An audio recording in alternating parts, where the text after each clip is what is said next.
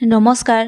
বিশ্ব আৰু ভাৰতীয় অৰ্থনীতিৰ বহুতো গুৰুত্বপূৰ্ণ প্ৰশ্ন উত্তৰ লৈ আহিছোঁ মই আপোনালোকৰ বাবে।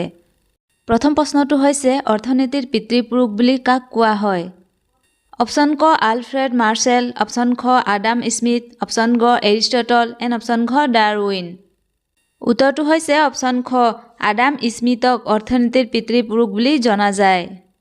২ নম্বৰ প্ৰশ্নটো হৈছে ২০১৭ চনৰ অৰ্থনীতিৰ নোবেল বঁটা কোনে লাভ কৰিছিল? অপশ্যন ক কাৰ্ল ছানষ্টেইন, অপশ্যন খ ৰিচাৰ্ড থেলাৰ, অপশ্যন গ অলিভাৰ হাৰ্ট এণ্ড অপশ্যন গ মহম্মদ ইউনুছ। উত্তৰটো হৈছে অপশ্যন খ ৰিচাৰ্ড থেলাৰে ২০১৭ চনৰ অৰ্থনীতিৰ নোবেল বঁটা লাভ কৰিছিল। ৩ নম্বৰ প্ৰশ্নটো হৈছে আন্তঃৰাষ্ট্ৰীয় মুদ্ৰা নিধিৰ প্ৰধান কোন? অপশ্যন ক হেনৰি বেল, অপশ্যন খ বেন কি মুন, অপশ্যন গ জুলিয়ান আছাঞ্জ এণ্ড অপশ্যন ঘ ক্ৰিষ্টিন লেগাৰ্ড। শুদ্ধ উত্তৰটো হৈছে অপশ্যন ঘ ক্ৰিষ্টিন লেগাৰ্ড। ৪ নম্বৰ প্ৰশ্নটো হৈছে আন্তঃৰাষ্ট্ৰীয় মুদ্ৰা নিধিৰ মুখ্য কাৰ্যালয় ক'ত অৱস্থিত? অপশ্যন ক ৱাশ্বিংটন, অপশ্যন খ নিউয়ৰ্ক, অপশ্যন গ লণ্ডন এণ্ড অপশ্যন ঘ ডুবাই। উত্তৰটো হৈছে অপশ্যন ক ৱাশ্বিংটনত অৱস্থিত। ৫ নম্বৰ প্ৰশ্নটো হৈছে বিশ্ব বেংকৰ প্ৰধান বিষয়া কোন? অপশ্যন ক বেন কি মুন, অপশ্যন খ শ্বি জিনপিং, অপশ্যন গ Jim Yong Kim and option ঘ এডৱাৰ্ড স্ন'ডেন। উত্তৰটো হৈছে অপশ্যন গ জিম য়ং কিম বিশ্ব বেংকৰ প্ৰধান বিষয়া। ৬ নম্বৰ প্ৰশ্নটো হৈছে বিশ্ব বেংক কেতিয়া প্ৰতিষ্ঠা কৰা হৈছিল? অপশ্যন ক ১৯৪৫ চনত, অপশ্যন খ ১৯৩০ চনত, অপশ্যন গ ১৯৫০ চনত এণ্ড অপশ্যন ঘ ১৯৫১ চনত। উত্তৰটো হৈছে অপশ্যন ক ১৯৪৫ চনত প্ৰতিষ্ঠা কৰা হৈছিল। ৭ নম্বৰ প্ৰশ্নটো হৈছে বিশ্ব বেংকৰ মুখ্য কাৰ্যালয় ক'ত অৱস্থিত?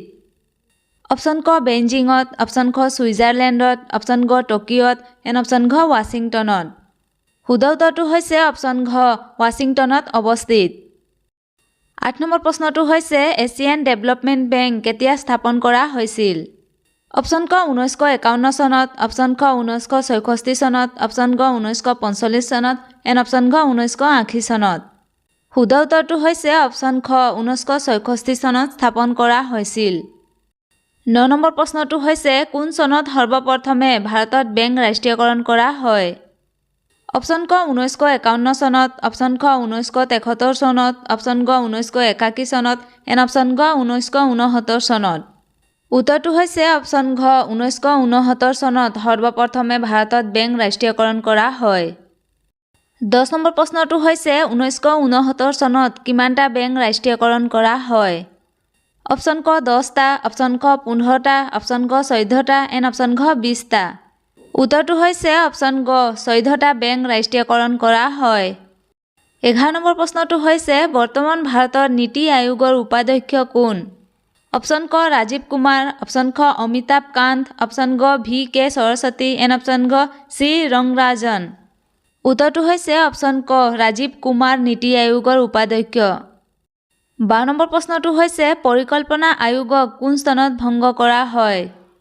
অপশ্যন ক ১৯৯৯ চনত, অপশ্যন খ ২০১১ চনত, অপশ্যন গ ২০১৪ চনত এণ্ড অপশ্যন ঘ ২০১৬ চনত। উত্তৰটো হৈছে অপশ্যন গ ২০১৪ চনত পৰিকল্পনা আয়োগ ভংগ কৰা হয়। ১৩ নম্বৰ প্ৰশ্নটো হৈছে পৃথিৱীৰ আটাইতকৈ অধিক জনসংখ্যাৰ ঘনত্বৰ দেশ কোনখন? অপশ্যন ক ভূটান, অপশ্যন খ বাংলাদেশ, অপশ্যন গ ঘানা এণ্ড অপশ্যন ঘ মনাকো। উত্তৰটো হৈছে অপশ্যন ঘ মনাকো।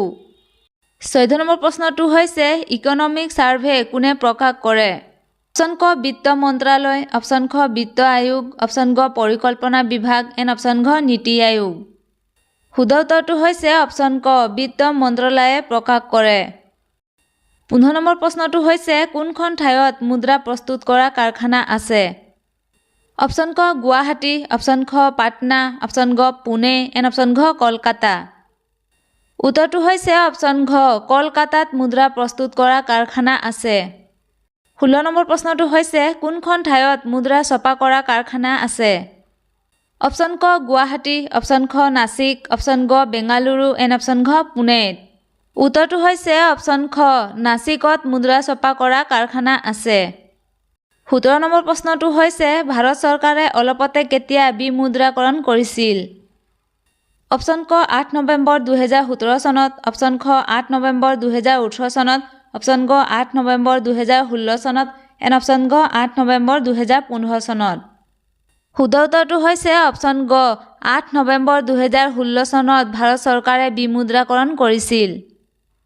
18 নম্বৰ প্ৰশ্নটো হৈছে পৃথিৱীৰ সৰ্ববৃহৎ কোম্পানী কোনটো? অপশ্যন ক টয়োটা, অপশ্যন খ ৱালমাৰ্ট, অপশ্যন গ ভাৰতীয় ৰেল, এণ্ড অপশ্যন গ এক্সন মবিল আমেৰিকা। উত্তৰটো হৈছে অপশ্যন খ ৱালমাৰ্ট। 19 নম্বৰ প্ৰশ্নটো হৈছে ইণ্ডিয়ান স্পৰ্টছ ৰিচাৰ্চ ইনষ্টিটিউট ক'ত অৱস্থিত? অপশ্যন ক ৰাঁচীত, অপশ্যন খ দিল্লীত, অপশ্যন গ হায়দৰাবাদত, এণ্ড অপশ্যন ঘ পাটিয়ালাত। শুদ্ধ উত্তৰটো হৈছে অপশ্যন ঘ পাটিয়ালাত অৱস্থিত।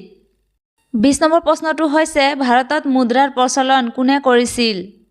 অপশ্যন ক শ্বেৰশ্বাহ, অপশ্যন খ আকবৰ, অপশ্যন গ অশোক, এণ্ড অপশ্যন ঘ চন্দ্ৰগুপ্ত। উত্তৰটো হৈছে অপশ্যন খ শ্বেৰশ্বাহে কৰিছিল।